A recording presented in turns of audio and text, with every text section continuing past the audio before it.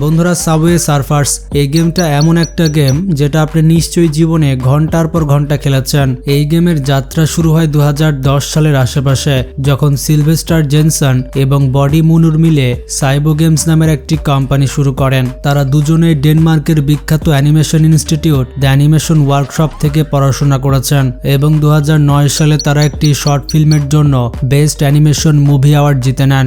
সেই শর্ট ফিল্মে দেখানো হয় একজন ছেলেকে যে মেট্রো স্টেশনে গ্রাফিতি আঁকছে। হঠাৎ করে এক গার্ড এবং তার কুকুর তাকে দেখে ফেলে, আর তখন সে বাঁচার জন্য সাবওয়ের ভেতর দিয়ে দৌড়াতে শুরু করে। আসলে ঠিক এই আইডিয়ার উপরেই সাবওয়ে সার্ফার্স গেমটি তৈরি। একসময় একটি গুজব ছড়িয়েছিল যে গেমটি নাকি ডেভেলপারের ছেলের উপরে ভিত্তি করে বানানো, যে সাবওয়েতে স্কেটবোর্ডিং করতে গিয়ে মারা যায়, কিন্তু পরে জানা যায় এটি সম্পূর্ণ ভুয়া খবর। ডেভেলপাররা নিজেই স্পষ্ট করে জানান যে এই গেমটি তৈরি করা হয়েছে স্ট্রিট কালচারকে সম্মান জানানোর জন্য। এটি অনুপ্রাণিত স্কেটিং কালচার, ফ্যাশন, মিউজিক আর আরবান আর্ট থেকে, কোনো মৃত্যুর ঘটনা থেকে নয়। গেমটির পেছনে কোনো নেগেটিভ বার্তা নেই, বরং এটি ক্রিয়েটিভিটিকে উৎসাহ দেয়। এই আইডিয়াকে তারা গেম হিসেবে পিচ করেন এবং গেমটি বানানোর জন্য পার্টনার করেন কিলু গেমসের সাথে, যা 2000 সালে প্রতিষ্ঠিত একটি অভিজ্ঞ গেমিং কোম্পানি এবং আগে থেকে অনেক বড় গেমে কাজ করেছে। সাবওয়ে সার্ফার্সকে মূলত টেম্পল রানের মতো একটি মডেল অনুসরণ করে বানানো হয়েছিল, কারণ সেই সময় টেম্পল রান থেকে অনুপ্রাণিত এন্ডলেস রানার গেমের ট্রেন্ড চলছিল এবং এই কনসেপ্টটিও তাতে ভালোভাবে ফিট করত। শেষ পর্যন্ত 24 মে 2012 সালে সাবওয়ে সার্ফার্স লঞ্চ হয়, যা পরবর্তীতে ডেকেটের সবচেয়ে বেশি ডাউনলোড হওয়া মোবাইল গেমে পরিণত হয়। গেমের কনসেপ্টটা ছিল একেবারেই সিম্পল। জ্যাক, যে এই গেমের মেন ক্যারেক্টার, সে সাবওয়েতে গ্রাফিতি করতে গিয়ে ধরা পড়ে যায়। এরপর তার পেছনে লেগে যায় এক গার্ড এবং তার কুকুর। বাঁচার জন্য জ্যাক সাবওয়ের ভেতর দিয়ে দৌড়াতে থাকে। তার পথে থাকা নানা ধরনের অবস্টাকেল এড়িয়ে ট্রেনের ওপর দিয়ে লাফিয়ে সে পুলিশের হাত থেকে বেঁচে যায়। যদি সে মারা যায় তাহলে আপনি অ্যাড দেখে বা কি পেইড করে আবার তাকে বাঁচিয়ে নিতে পারেন। এর পাশাপাশি গেমে বিভিন্ন আইটেম কালেক্ট করা যায় এবং পাওয়ার আপ করা যায়, যেগুলো গেম প্লেতে সাহায্য করে। তবে ব্যক্তিগতভাবে আমার সুপার স্নিকার্স এটি ভালো লাগতো না, কারণ এগুলো পরে ঠিকমতো জাম্পের টাইমিং করা যেত না। শুরুর দিকে এই গেমটাকে সবাই খুব সহজে গ্রহণ করেনি, কারণ গেম প্লে অনেকটাই টেম্পল রানের মতো ছিল।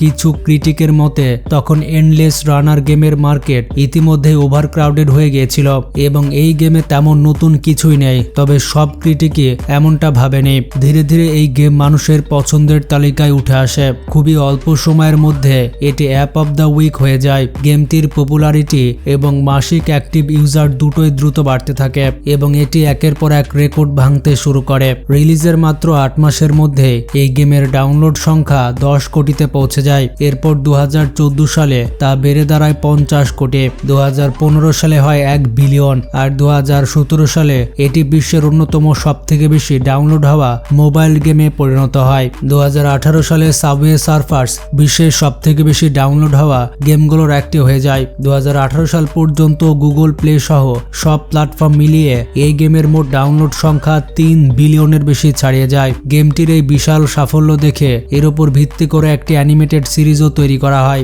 এই সিরিজটি সাইবো গেমসের ইউটিউব চ্যানেলে রিলিজ হয় এবং এতে মোট 11টি শর্ট এপিসোড থাকে। এই সিরিজে আমরা জ্যাক, ট্রিকি, ফ্রেশ আর ইউটানি, যারা গেমের মেন প্রোটাগনিস্ট, তাদের গল্পটা জানতে পারি। এমনকি গার্ড, তার কুকুর আর ফ্র্যাঙ্ককেও ভিলেন হিসেবে দেখানো হয়েছে। এই অ্যানিমেটেড সিরিজটিও দারুণ সফল হয় এবং এতে 150 মিলিয়নের বেশি ভিউজ আসে। তবে আপনারা অনেকে হয়তো এই সিরিজটি দেখেননি, চাইলে একবার চেক করে দেখতে পারেন। এখন প্রশ্ন আসে, যেখানে সাবওয়ে সার্ফার্স এতটা সফল হলো, সেখানে আজকের দিনে টেম্পল রান কেন প্রায় ডেড গেম হয়ে গেছে? এর পেছনে 1 বা 2 নয়, বরং অনেকগুলো কারণ আছে। প্রথম কারণ হচ্ছে ইজি কন্ট্রোলস। টেম্পল রানে শুধু সোয়াইপ করলেই হয় না, বরং পয়েন্ট কালেক্ট করতে বা অবস্টেকেল এড়াতে মোবাইল ঘোরাতে হয়। এর পাশাপাশি জাইরোস্কোপ ব্যবহার করতে হয়, আবার 90 ডিগ্রি শার্প টানও থাকে, যেগুলো আসলে সবাই পছন্দ করে না। কিন্তু সাবওয়ে সার্ফার্সে কন্ট্রোলস খুবই সহজ করে দেওয়া হয়েছে। এখানে শুধু সোয়াইপ করলেই পুরো গেম খেলা যায়, কোনো শার্প টার্ন নেই, যেখানে হঠাৎ করে বুঝে উঠতে হয় না সামনে কি আছে। এরপর যদি গেমের লুকের কথা কথা বলি সেটাও একটা বড় ফ্যাক্টর। টেম্পল রান দেখতে কিছুটা রিয়ালিস্টিক হলেও সেটা সবার ভালো লাগে এমন নয়। অন্যদিকে সাবওয়ে সার্ফার্সকে দেওয়া হয়েছে একটি কার্টুনিশ লুক, যা ছোট বড় সব বয়সের মানুষের কাছে আকর্ষণীয় লাগে। আর ডেভেলপারদের আরেকটা বড় প্লাস পয়েন্ট হলো তারা কোনো সাবওয়ে সার্ফার্সের কোনো আলাদা সিকুয়াল বানায়নি, বরং একই গেমকে নিয়মিত আপডেট দিতে থেকেছে। এর মধ্যে সব থেকে জনপ্রিয় ছিল ওয়ার্ল্ড ট্যুর, যেখানে গেমের ভেতরে রিয়েল লাইফ থেকে অনুপ্রাণিত বিভিন্ন লোকেশনে যোগ করা হয়েছে। উদাহরণ হিসেবে বলা যায় বহুবার মুম্বাই ভিত্তিক লোকেশন গেমে এসেছে, যেখানে মেট্রো, ইন্ডিয়ান বাড়িঘর এবং শহরের ভাইব স্পষ্টভাবে দেখা যায়। এর পাশাপাশি আরো অনেক দেশ আর শহরেও লোকেশন যুক্ত করা হয়েছে। এই ফর্মুলাটা এতটাই সফল ছিল যে আজকাল অনেক লাইভ সার্ভিস গেমে এটাকে ফলো করছে। শুধু লোকেশন নয়, গেমে নিয়মিত নতুন কন্টেন্টও যোগ করা হয়েছে। এখনো পর্যন্ত সাবওয়ে সার্ফার্সে 100টিরও বেশি ক্যারেক্টার এসেছে, যেগুলো আনলক করা যায় বা কিনে নেওয়া যায়। আপনি কোন কোন ক্যারেক্টার আনলক করেছিলেন এবং কোন ক্যারেক্টার আপনার পছন্দের কমেন্টে জানাবেন। এর পাশাপাশি গেমে ছিল প্রচুর সিজনাল ইভেন্ট, হ্যালোইন আলাদা থিম, ক্রিসমাসে আলাদা রিওয়ার্ড, এমনকি আজও এখানে ডেইলি ইভেন্ট চলে, যেখানে প্রতিদিন আলাদা আলাদা রিওয়ার্ড পাওয়া যায়। মানে ডেভেলপাররা তাদের দিক থেকে কখনোই গেমটাকে ডেড হতে দেয়নি, কিন্তু তবুও একটা সময় আসে যখন গেমটা ধীরে ধীরে ডাউনফলের দিকে যেতে শুরু করে। মূলত এই সময়টা ছিল 2018 থেকে 2021 সালের মধ্যে। এর পেছনে বেশ কিছু কারণ ছিল। প্রথমত রিপিটেড গেম প্লে। গেম যতই ফান হোক না কেন, একসময় গিয়ে মানুষ বোর হয়ে যায়। এরপর কালেক্টিবল আইটেম আনলক করা ধীরে ধীরে কঠিন হয়ে পড়ে। তার উপর গেমের ইঞ্জিন চেঞ্জ করার পর অনেক বাগ আসতে শুরু করে, এমনকি অনেক প্লেয়ারের আগের রেকর্ডও ডিলিট হয়ে যায়। এতে প্লেয়াররা ভীষণ ফ্রাস্ট্রেটেড হয়ে গেম ডিলিট করে দেয়। এছাড়া গেমের অ্যাড সিস্টেম অনেকের কাছে বিরক্তিকর হয়ে উঠতে শুরু করে। যদিও অন্য অনেক গেমের তুলনায় সাবওয়ে সার্ফার্স ভালোই ছিল, কারণ এখানে গেম প্লের মাঝখানে অ্যাড আসে না। সাধারণত গেম শেষ হলে বা কোনো আইটেম নেওয়ার সময় অ্যাড দেখতে হয়। তবু আজকের দিনে এই অ্যাড মডেলটাও অনেকের কাছে আর তেমন আকর্ষণীয় মনে হয় না।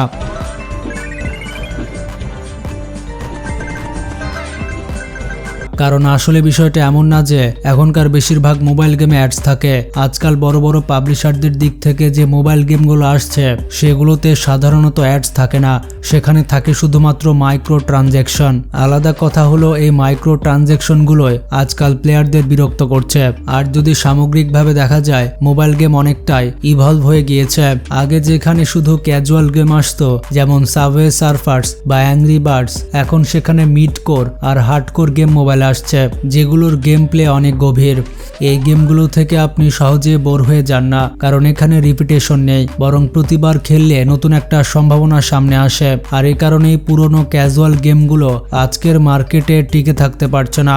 আমার মতে সাবওয়ে সার্ফার্স আজকের দিনে এমন একটা গেম হয়ে গেছে যেটা হয়তো আপনাকে মাসের পর মাস মনে করিয়ে দেওয়াবে না যে এই গেমটা আদৌ আছে, কিন্তু হঠাৎ একদিন আপনি এর নাম শুনবেন, তখনই আবার খেলতে মন চাইবে।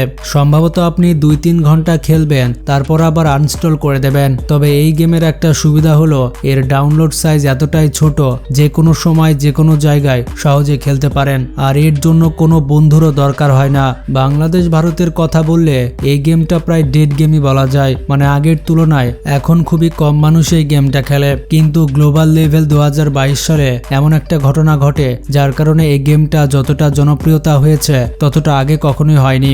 আসলে স্পিড সাবওয়ে সার্ফার্স খেলছিল এবং তার রেজ মোমেন্টটা খুবই ভাইরাল হয়ে যায়। আপনারা সবাই স্পিডকে চেনেন এবং তার কন্টেন্ট সম্পর্কেও জানেন। যখন সে সাবওয়ে সার্ফার্সের ওয়ার্ল্ড রেকর্ড অ্যাটেম্প্ট করছিল, তখন তার সেই রেজ মোমেন্টটা ভীষণভাবে ভাইরাল হয়। এর ফলে মানুষ আবার গেমটা খেলতে শুরু করে। ভিডিওগুলোতে ভিউ আসতে শুরু করলে অন্য ক্রিয়েটররাও এই গেম নিয়ে ভিডিও বানানো শুরু করে, কেউ বা স্পিড রান, কেউ বা RTA 1। আর এ কারণে পুরো 2022 সাল জুড়ে সাবওয়ে সার্ফার্স ভীষণ জনপ্রিয় হয়ে উঠেছিল, এমনকি যতটা আগে কখনোই ছিল না। সেই সময় টেম্পল রানের গ্রাফ কিন্তু ক্রমের নিচের দিকে যাচ্ছিল। যদি দেখা যায় সাবওয়ে সার্ফার্স আজ পর্যন্ত টেম্পল রানের পিক পপুলারিটিকে ছুঁতে পারেনি, কিন্তু বর্তমান পরিস্থিতি যা দেখা যাচ্ছে তাতে সাবওয়ে সার্ফার্স টেম্পল রানকেও ওভারটেক করে ফেলছে এবং আজও এটা কিছুটা হলেও জনপ্রিয়তা রয়েছে। এখন দেখার বিষয় ডেভেলপারদের ভবিষ্যৎ প্ল্যান কি। তারা কি এই পপুলারিটিকে কাজে লাগিয়ে নতুন কোনো অ্যানিমেটেড সিরিজ, মুভি বা অন্য কিছু বানাবে, নাকি আবার সাবওয়ে সার্ফার্সের ডাউনফল শুরু হয়ে যাবে। তো ভিডিওটি সম্পর্কে মতামত থাকলে কমেন্টে জানান, আর বেশি বেশি শেয়ার করে সবাইকে জানিয়ে দিন।